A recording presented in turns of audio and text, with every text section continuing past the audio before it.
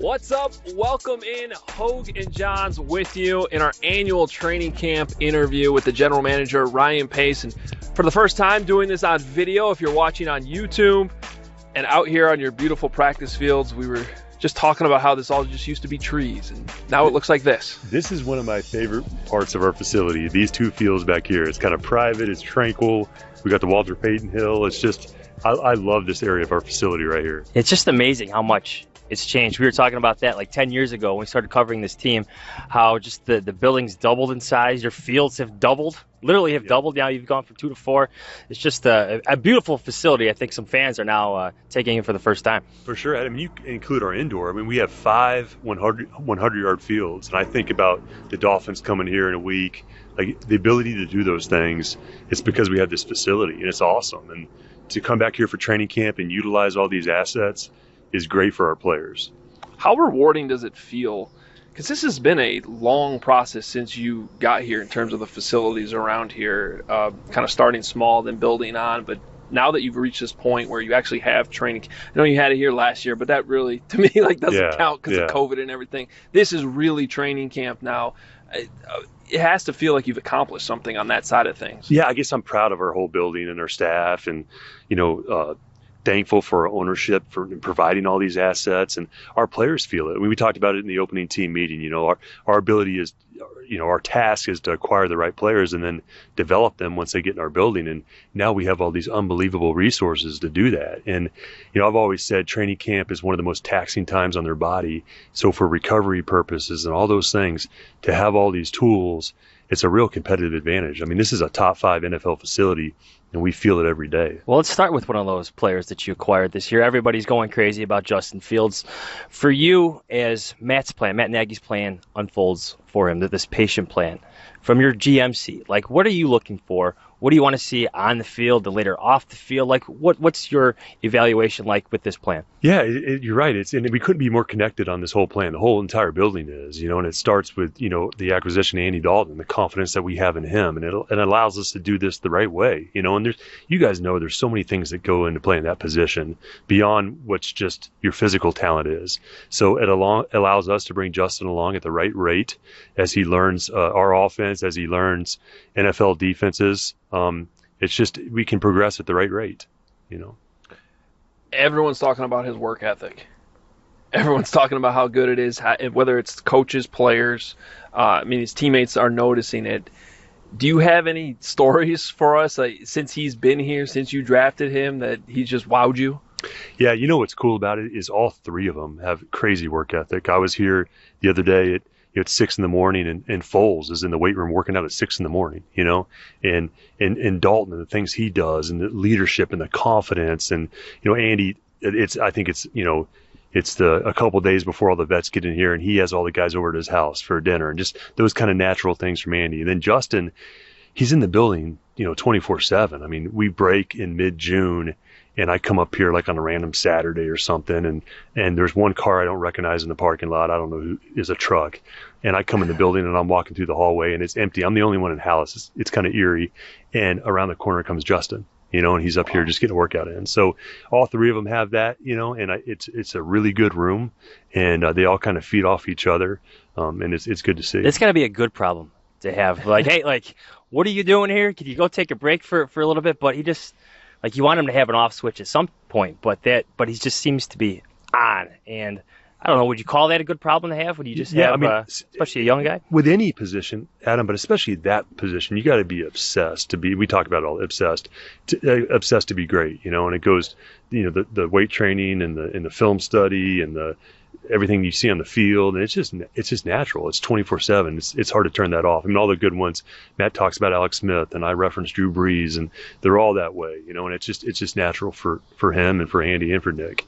One early observation of mine from the first few practices, looking at the quarterbacks, is you see the polish of Andy Dalton and that experience, just I guess the way, even though he's in a new place, getting in and out of the huddle, and you can kind of tell with Justin that it's still a work in progress.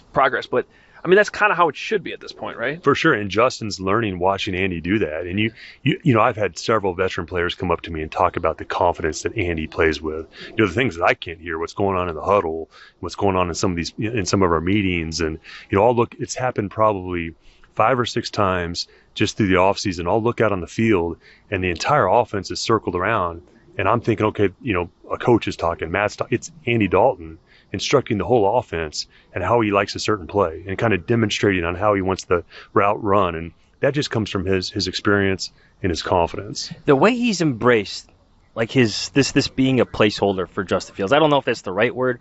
I don't know if you guys even like that word to be used for him, but he's seemed to really embrace this relationship, helping Justin as much as he can, like going out to dinner, having him over to hang out with his wife. Like, that's got to be unique, I would say, with how competitive these guys are, how many times these guys are looking over their shoulders to have this veteran quarterback do that almost naturally. Like, what do you think about that? I think it starts with him just being a special person. Like, Andy's a really, really good person, a really, really good man. And then I also think he has great internal confidence. He's very confident. So he's not looking over his shoulder. He wants what's best for the team. And you see him, like you referenced going out to dinner or having him over to his house. And after practice, you know, he's out there working with Justin on his footwork. And there's all different examples of that, which I really think show you truly the type of person that Andy is. So when you look back on this offseason and how you got to this point, I mean, can you put it into words how crazy and wild it was? Because everyone knew going back to January and Matthew Stafford getting traded that it was going to be a wild year with the quarterbacks. And even when you signed Andy Dalton, you didn't know you were going to end up with Justin Fields. So what was it like for you? I mean, as soon as the season ends, Matt and I are locked in our offices obsessed with the quarterback position. And you have one ranking of all the trade candidates, and we're talking about all those. You have a ranking of all the UFA quarterbacks. We know who those are. And then it's in the early stages of kind of sorting out our draft board. You have all those. And I have a picture in my phone of when I think it was like early January, taking that photo of each one of those columns. And now looking back, sitting here now, knowing that we got, you know, Andy as a UFA, and we got Justin in the draft, like, we couldn't be happier. So you were making fun of me for my whiteboard, and look.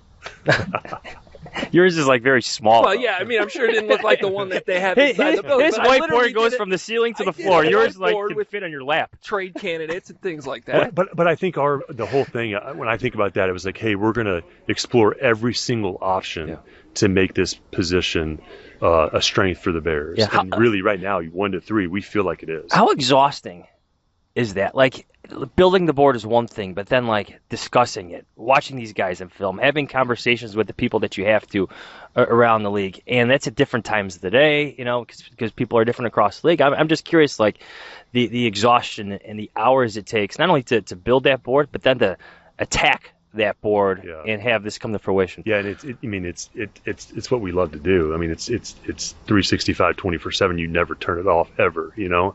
And Matt shares that obsession with me, and you know, especially with making sure we get that position right. So we just attacked it arm in arm, and we were united the whole way. And we talked about every scenario. And then, I mean, there's things that, you know, you got to plan for all these different scenarios. There's some good fortune that's got to come your way. I'm not going to lie. There's different things that got to play out, but when you're doing it together, I mean, I'll pick up the phone. We can call each other at 3 a.m. We're going to both answer on the first ring, and we're going to talk about this football team. And that's just the approach we both had together.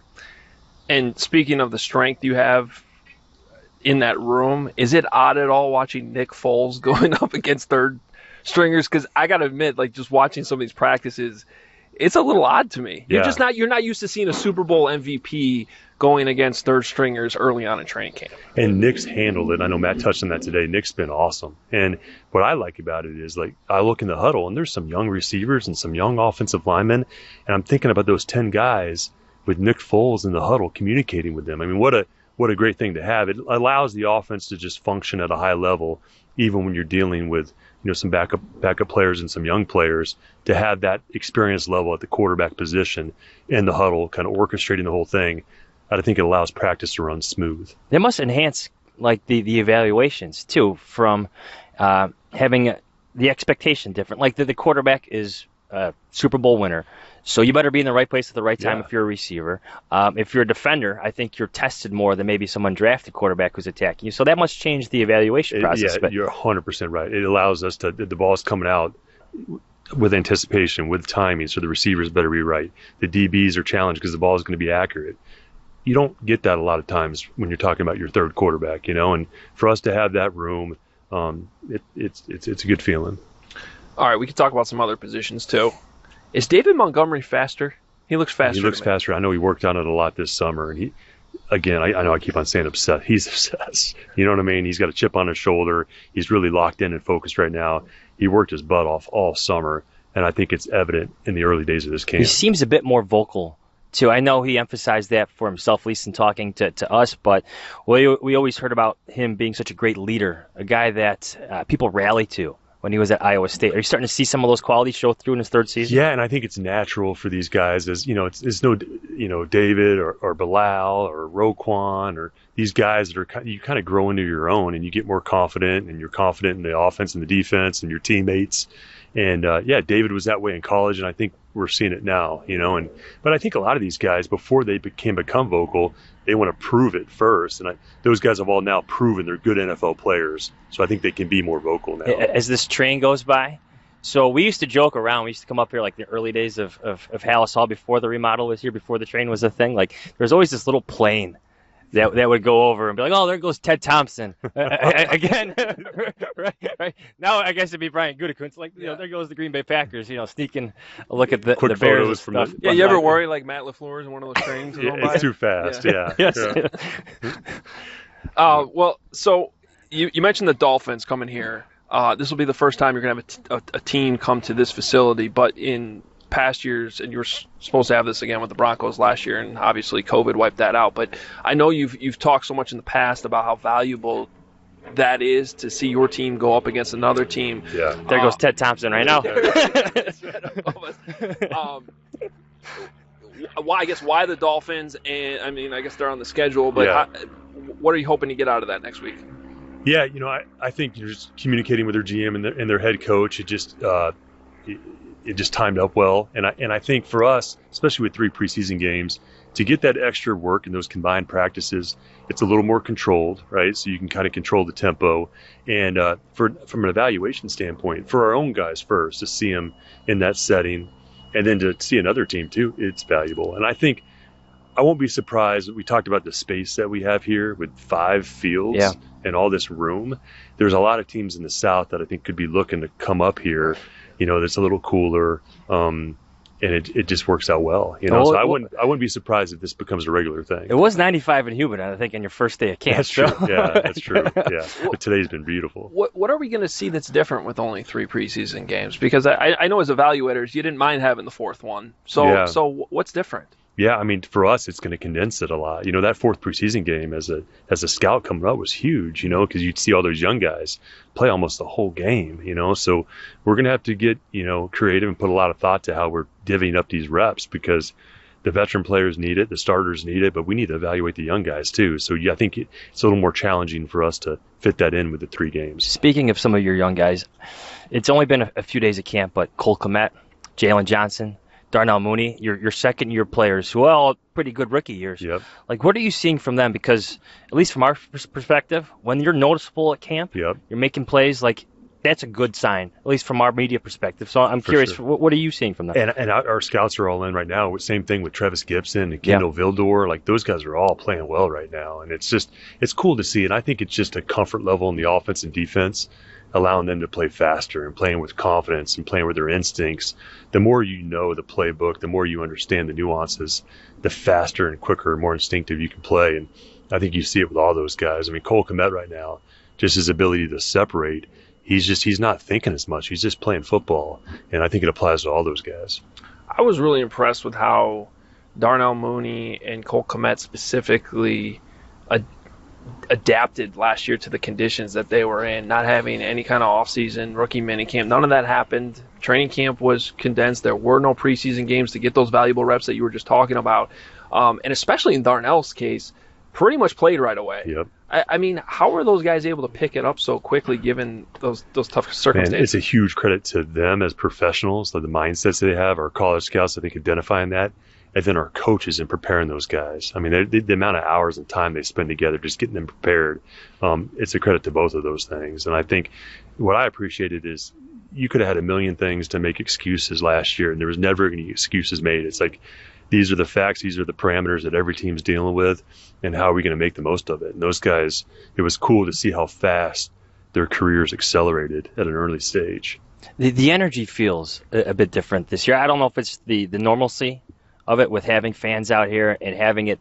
Well, you had an off-season program, unlike last year, but to me, it's like what the defense is doing. We asked your new defensive coordinator Sean Desai about this. Just the yelling and the taunting, and like Jimmy Graham catches a ball, he's walking through the defensive sideline, and they are on him every step of the way.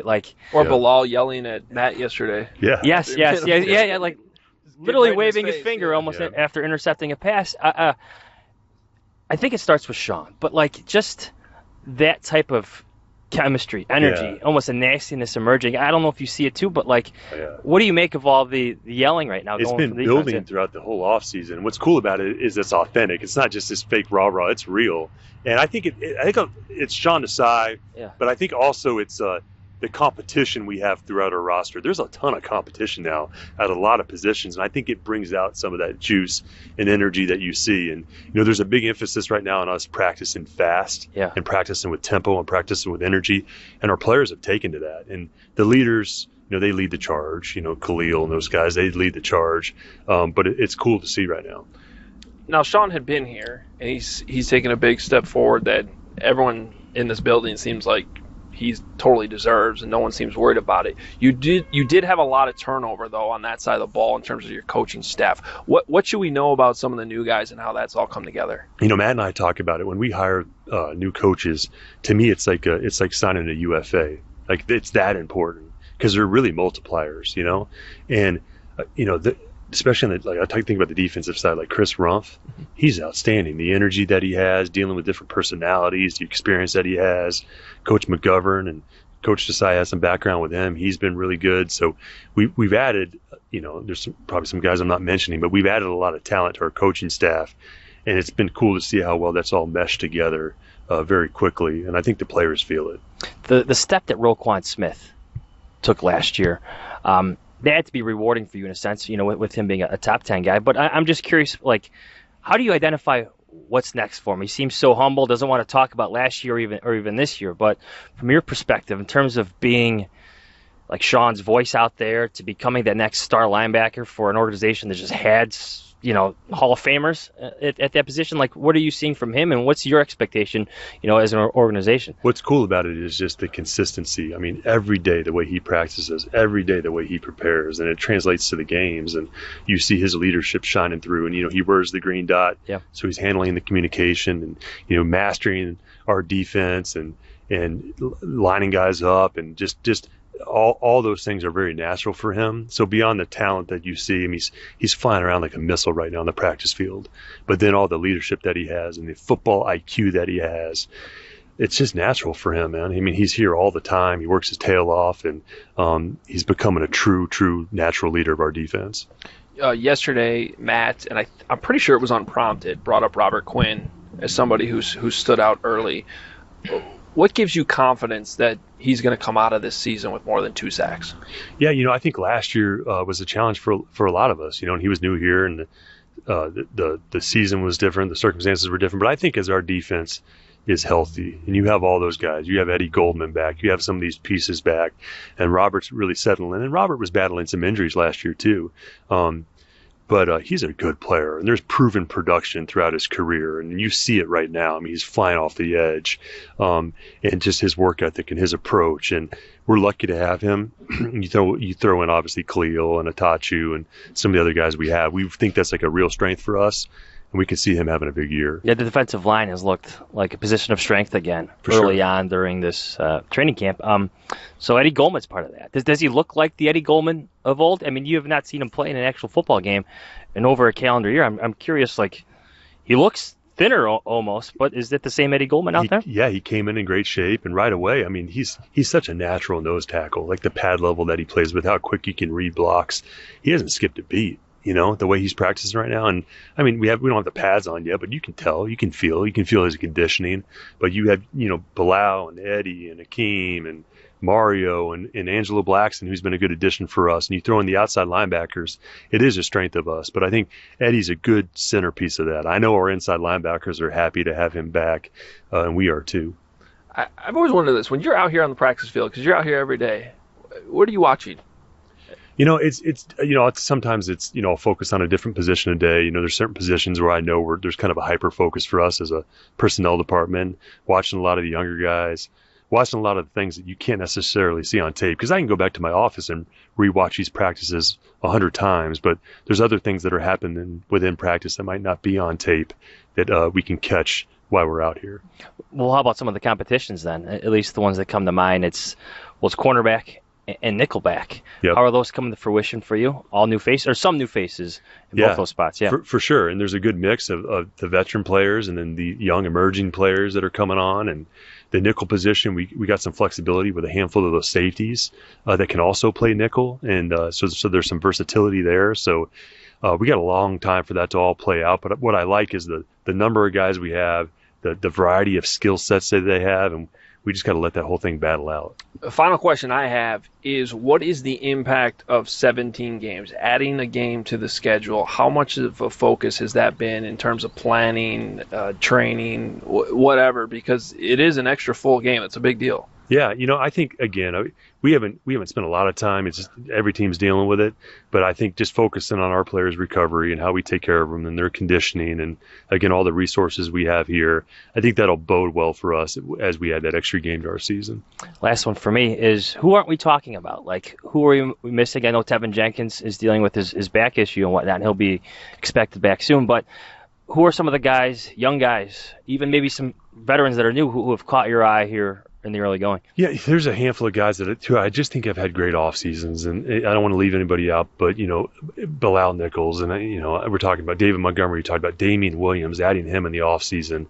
He stood out. Marquise Goodwin seems to be making play every day. Marquise Goodwin. I mean, what's everybody talks about his speed, but like his professionalism. He's one of the first guys out there. All the extra things that he does. He's a really good route runner. He's been an awesome addition, along with Demir Bird. So there's a lot of guys like that. Again, I think our scouting department's done a good job adding competition to this roster, and it's going to be fun to watch this whole thing play out. I mean, I was talking to our coaches, we're going to have some really hard decisions as we cut down, as we go from 90 to 85 to 80 to 53, and you want it that way. So it'll be good. Well, I'm excited to see the pads on next week. I'm sure you are too. For sure. That's when guys can start separating themselves. So yeah, there's real no football. Real football. It looks like those offensive linemen especially look more than eager. Yes, yeah. For sure. Yeah. Well, it's hot enough out here. We'll make sure we get out of here before a freight train comes through too for about 10 minutes. Ryan, thanks so much for your time. We always appreciate you doing this with us every year, and it's awesome doing it in this setting as well. For sure. I appreciate you guys, and I love doing this with you too. So thank you. All right, there he is. Bears General Manager Ryan Pace. We're all trying to eat better, and that starts with breakfast. But a healthy breakfast doesn't have to be boring. Magic Spoon has the amazing flavors you love, but without all the bad stuff. 0 grams of sugar, 13 to 14 grams of protein, and only 4 net grams of carbs in each serving. Only 140 calories a serving. It's keto-friendly, gluten-free, grain-free, soy-free, and low-carb. All that good stuff. You can build your own box or get a variety pack with available flavors: cocoa, fruity, frosted, peanut butter, blueberry, and cinnamon. And now Magic Spoon is bringing back 2 super popular flavors: cookies and cream and maple waffle, permanently. When these flavors were first introduced for a limited time, they sold out extremely quickly, so make sure you jump on them fast, especially that maple waffle, my favorite. Go to magicspoon.com/Adam to grab your delicious cereal and try it today. And be sure to use our promo code Adam at checkout to save $5 off your order. And Magic Spoon is so confident in their product, it's backed with a 100% happiness guarantee. So if you don't like it for any reason, they'll refund your money, no questions asked. Remember, get your next delicious bowl of guilt-free cereal at magicspoon.com/Adam and use the code Adam to save $5 off. Thank you, Magic Spoon, for sponsoring this episode. CBD isn't about what you feel. It's about what you don't feel. Stress, anxiety, pain, and Feels is a better way to feel better. Feels is a premium CBD that will help you keep your head clear and feel your best. It's hassle-free, delivered directly to your door. CBD naturally helps reduce stress, anxiety, pain, and sleeplessness. There's no hangover or addiction. If you are feeling that tightness with the stress that you might be feeling, just place a few drops of Feels under your tongue and feel the difference within minutes. The thing to remember about CBD is that finding your right dose is important, and everyone's dose is different. In fact, Feels offers a free CBD hotline to help guide your personal experience so that you find your perfect dose. The Feels customer service team is dedicated to making sure you get the best use of your CBD. Joining the Feels monthly membership makes your self-care easy. You'll save money on every order, and you can pause or cancel anytime. Start feeling better with Feels. Become a member today by going to feels.com/Adam, and you'll get 50% off your first order with free shipping. That's FEALS.com/Adam to become a member and get 50% off automatically taken off your first order with free shipping.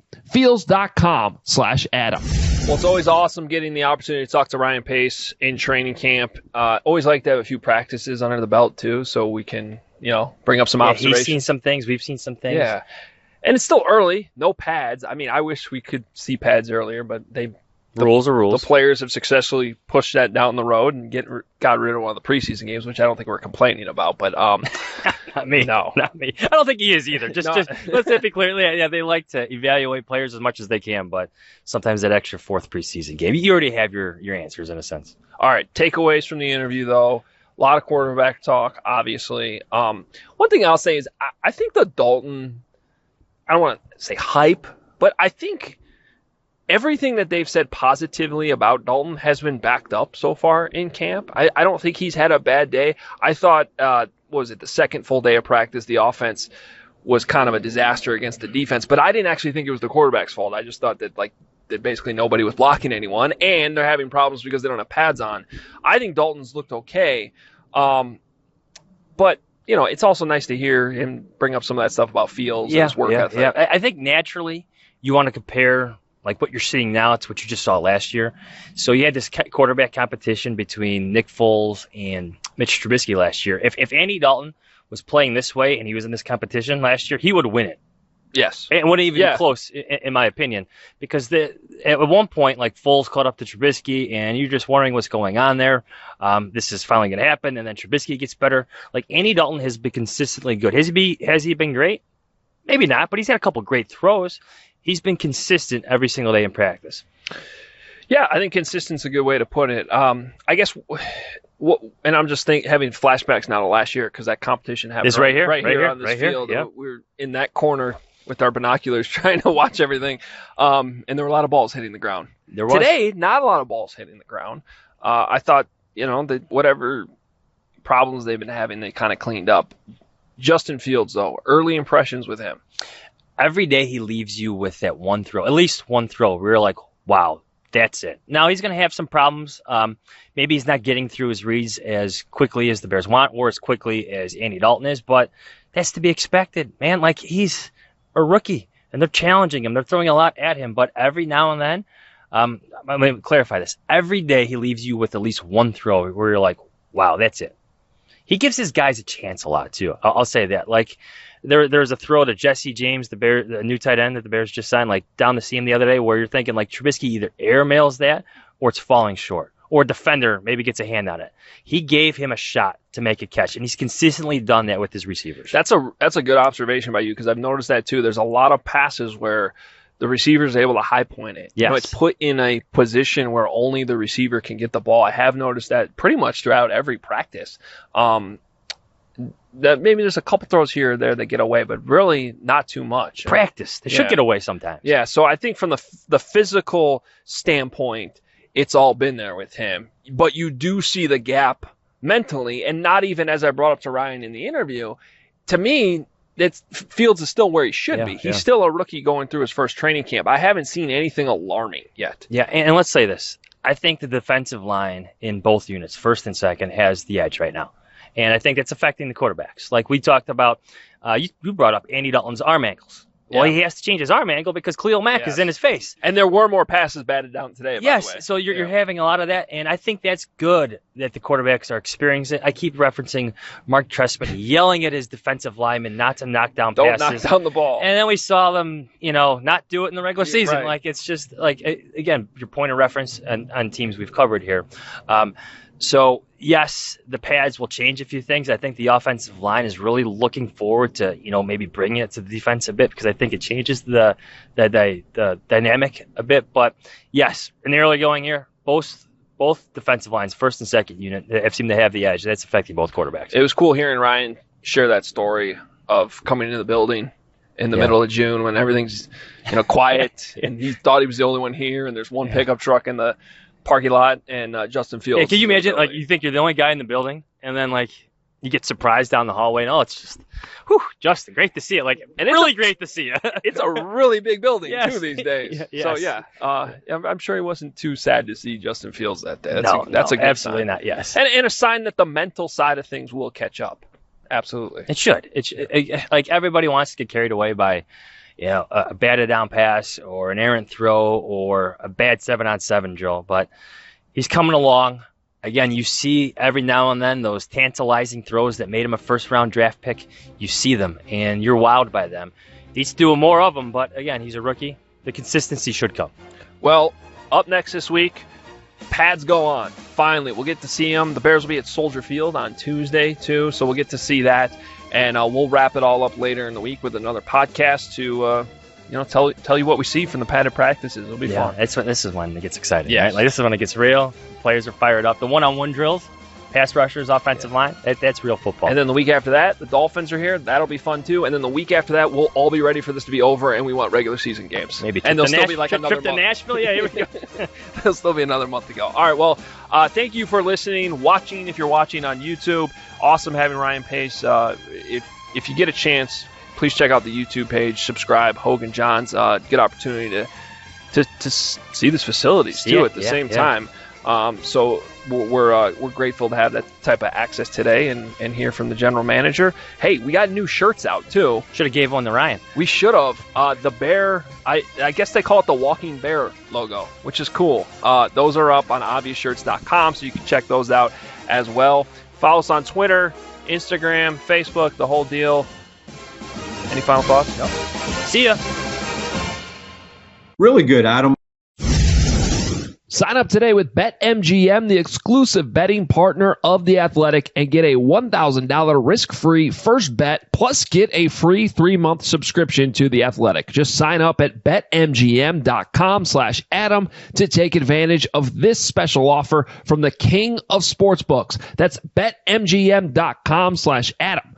New customer offer paid in bonus dollars. Visit BetMGM.com for terms and conditions.